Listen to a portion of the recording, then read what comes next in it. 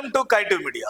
తెలంగాణ రాజకీయాలు రోజు రోజుకి మరింత ఆసక్తికరంగా మారుతున్నాయి. ముఖ్యంగా ఎమ్మెల్సీ కవిత ఇటీవల చేసిన వ్యాఖ్యలు బీఆర్ఎస్ లో గందరగోళాన్ని పెంచుతున్నాయి. ఆమె కొత్త పార్టీ ఏర్పాటు దిశగా అడుగులు వేస్తున్నట్లు కనిపించడం, పైగా నేరుగా బీఆర్ఎస్ ను టార్గెట్ చేస్తూ మాటలు చేయడం పార్టీ నేతలకు మింగుడుపడటం లేదని చర్చ మొదలైంది. ఈ పరిస్థితిని గమనించిన కేటీఆర్ రంగంలోకి దిగినట్లు రాజకీయ వర్గాల్లో టాక్ వినిపిస్తుంది. పార్టీని నిలబెట్టుకోవడానికి, డ్యామేజ్ కంట్రోల్ చేయడానికి ఆయన చర్యలు ప్రారంభించినట్లు సమాచారం.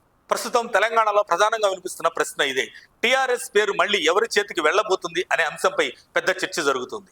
ఒకవైపు కవిత కొత్త పార్టీ అంటూ ముందుకు రావడం, మరోవైపు బీఆర్ఎస్ లో పేరు మార్పు విషయంలో అసంతృప్తి పెరగడం ఈ ఊహలకు బలం ఇస్తుంది.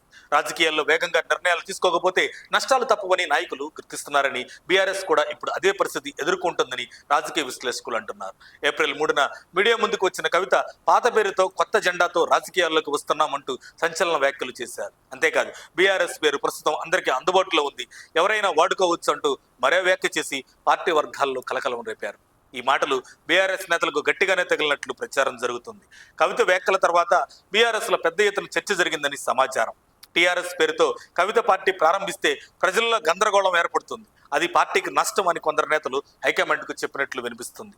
ఇంకొందరు మాత్రం టీఆర్ఎస్ గా ఉన్నప్పుడే పార్టీ బలంగా ఉండేది, బీఆర్ఎస్ గా మార్చిన తర్వాత ఇబ్బందులు పెరిగాయి అంటూ అసంతృప్తి వ్యక్తం చేసినట్లు ప్రచారం జరుగుతుంది.